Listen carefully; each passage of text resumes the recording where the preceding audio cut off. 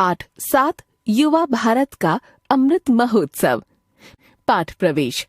आज हमारा देश स्वतंत्र है और हम अपनी आजादी का अमृत महोत्सव मना रहे हैं। उन राष्ट्रभक्तों को याद करके आज हमारी आंखें नम हो जाती हैं, जिन्होंने भारत माता को पराधीनता की बेड़ियों से मुक्त कराने के लिए अपना सर्वस्व न्योछावर कर दिया। हमारा यह परम कर्तव्य है कि हम देश के सपूतों द्वारा प्रदान की गई आजादी को अक्षुण्ण रखें। भारत की नई पीढ़ी में भी देश प्रेम का जज्बा कूट कूट कर भरा है। वे अपने देश की सुरक्षा तथा संप्रभुता की रक्षा करने में पूर्ण रूप से सक्षम हैं। वे अपनी प्रतिभा और कौशल से देश को समृद्धतम राष्ट्रों की श्रेणी में ला खड़ा करने की भी क्षमता रखते हैं। भारत की स्वतंत्रता का 75वां साल है और हर तरफ हर घर तिरंगा फहराने का जोश है। आजादी के अमृत महोत्सव की तैयारी तथा हर जगह खुशहाली का माहौल है। देश की पराधीनता, स्वतंत्रता आंदोलन, स्वतंत्रता सेनानियों का बलिदान, हमारा इतिहास, आजादी के बाद देश के विकास में हमारा योगदान आदि बातें चलचित्र की भांति मस्तिष्क में घूम रही हैं। हमारे लिए बहुत गर्व की बात है कि पराधीनता से मुक्ति के समय के कुछ लोग अब भी हमारे बीच हैं और उनके सुनाए किस्से हम में जोश भर देते हैं। देश की स्वतंत्रता के वर्ष की गिनती के अनुसार हमारा देश अब प्रौढ़ हो चुका है। अब तक देश विकासशील अवस्था में था, यानी देश बाल्यावस्था में था। अब हम लगभग विकसित देशों की श्रेणी में आने वाले हैं। अतः हमारा देश युवा माना जाएगा। युवा शक्ति देश की धरोहर है और देश को आगे बढ़ाने की ऊर्जा भी। देश का युवा बने रहना देश के युवाओं पर निर्भर करता है और देश कब तक युवा रहेगा यह हमारे युवाओं की कर्मठता पर निर्भर करता है। जब हमें आजादी मिली तब देश विकट परिस्थितियों से गुजर रहा था। एक तरफ हुकूमत बदल रही थी, देश का विभाजन हो गया था, तो दूसरी तरफ दंगे शुरू हो गए थे। देश की भौगोलिक, आर्थिक, सामाजिक, राजनीतिक स्थितियां अस्थिर थीं। जाति, धर्म, शिक्षा, प्रांत, भाषा, बोली आदि संबंधी कई तरह की समस्याओं से हमारा समाज पूर्णतः विभाजित हो चुका था। ऐसे में उस समय पूरे देश को एकजुट करते हुए विकास कार्य को जारी रखना इतना सहज नहीं था। परंतु हमारे राजनीतिज्ञों, समाज सेवियों, चिंतकों, प्रबुद्ध वर्ग तथा युवाओं के कठिन प्रयास से देश की स्थिति बदली। संघर्षशील पूर्वजों एवं बलिदानियों से हमें प्रेरणा लेनी चाहिए कि संघर्ष और विपरीत समय में साहस को कैसे संगठित कर मानसिक संबल बनाकर आगे बढ़ा जाए। देश की सुरक्षा की मुहिम में हिस्सा लेना हो या बलिदान देना, फौज में शामिल होकर देश की सेवा करनी हो या खेत खलिहानों तथा अन्य कार्य क्षेत्रों में योगदान देना हो, सभी क्षेत्रों में युवाओं की भागीदारी अचंभित करती है। सत्ता में हो या विपक्ष में, युवाओं के जोश में कहीं कमी नहीं दिखती है। शिक्षा, कला, खेल, राजनीति, व्यवसाय इत्यादि हर क्षेत्र में युवा बढ़ चढ़ कर भाग ले रहे हैं और देश का नाम रोशन कर रहे हैं।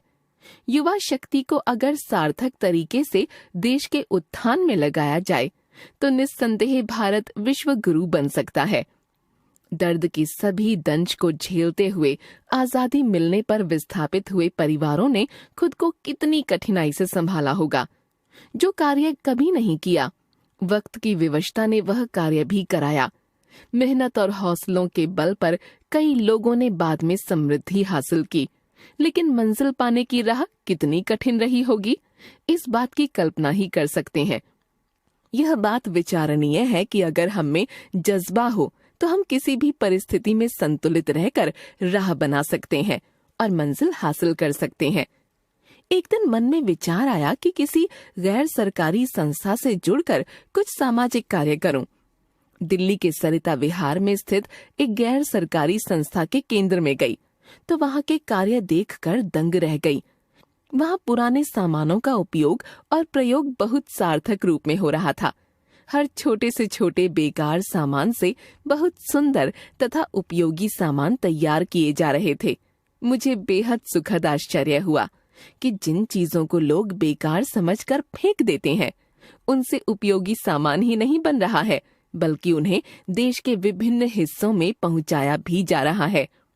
सच में, यदि हमारी सोच का विस्तार हो तो समाज में बहुत से ऐसे कार्य हैं जो किए जा सकते हैं।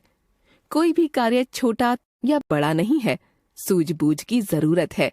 युवाओं द्वारा संचालित अनेक संस्थाओं में समाज का कार्य भी हो रहा है और उससे जुड़े लोगों का जीवन यापन भी।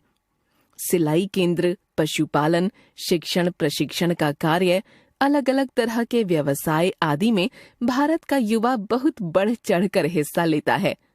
नित्य प्रतिदिन कुछ ऐसी सूचनाएं मिलती हैं कि एक शिक्षित लड़की चाय का ठेला लगाकर हर दिन हजारों रुपये कमा रही है। विदेश में शिक्षा प्राप्त नौजवान अपने गांव में रहकर वैज्ञानिक तरीके से जैविक खेती कर रहा है। किसी ने कोचिंग सेंटर खोलकर शिक्षा का प्रसार किया है और अच्छी कमाई करके उच्च वर्ग का जीवन जी रहा है। वेबसाइट द्वारा मार्केटिंग, विभिन्न सामग्रियों को घर में उपलब्ध कराने जैसे कार्य युवा कर रहे हैं। एयरपोर्ट पर युवतियों के द्वारा अलग से टैक्सी चलाने की व्यवस्था है। पहले डॉक्टर, इंजीनियर, वकील, सरकारी अधिकारी का पेशा अपनाने पर जोर दिया जाता था। जो पढ़ाई में अच्छा होता था, उससे उम्मीद रहती थी कि वह यूपीएससी, राज्य प्रशासन या बैंक अधिकारी के पद पर जरूर पहुंचेगा। धीरे धीरे समय के बदलने और भूमंडलीकरण के बाद अन्य पेशों पर भी ध्यान गया। अब तो युवाओं द्वारा ऐसे ऐसे कार्य किए जा रहे हैं जिनमें ख्याति और धन दोनों मिल रहा है। लोगों के सोचने का दृष्टिकोण बदल गया है। आज देश जब अपने युवावस्था में है, देश के युवाओं से उम्मीद बहुत बढ़ गई है। समाज के सरोकार से जुड़कर समुद्र, शक्ति और संसाधनों का सही उपयोग कर देश को समृद्ध, सक्षम एवं शक्तिशाली बनाए रखने के लिए युवा शक्ति को चिंतनशील और कर्तव्य परायण बनना होगा। तभी देश का वर्तमान एवं भविष्य, जो युवा शक्ति के हाथ में है, संरक्षित रहेगा और विश्व के माथे पर भारत चांद सा चमकता रहेगा। लेखिका डॉक्टर जेन्नी शबनम।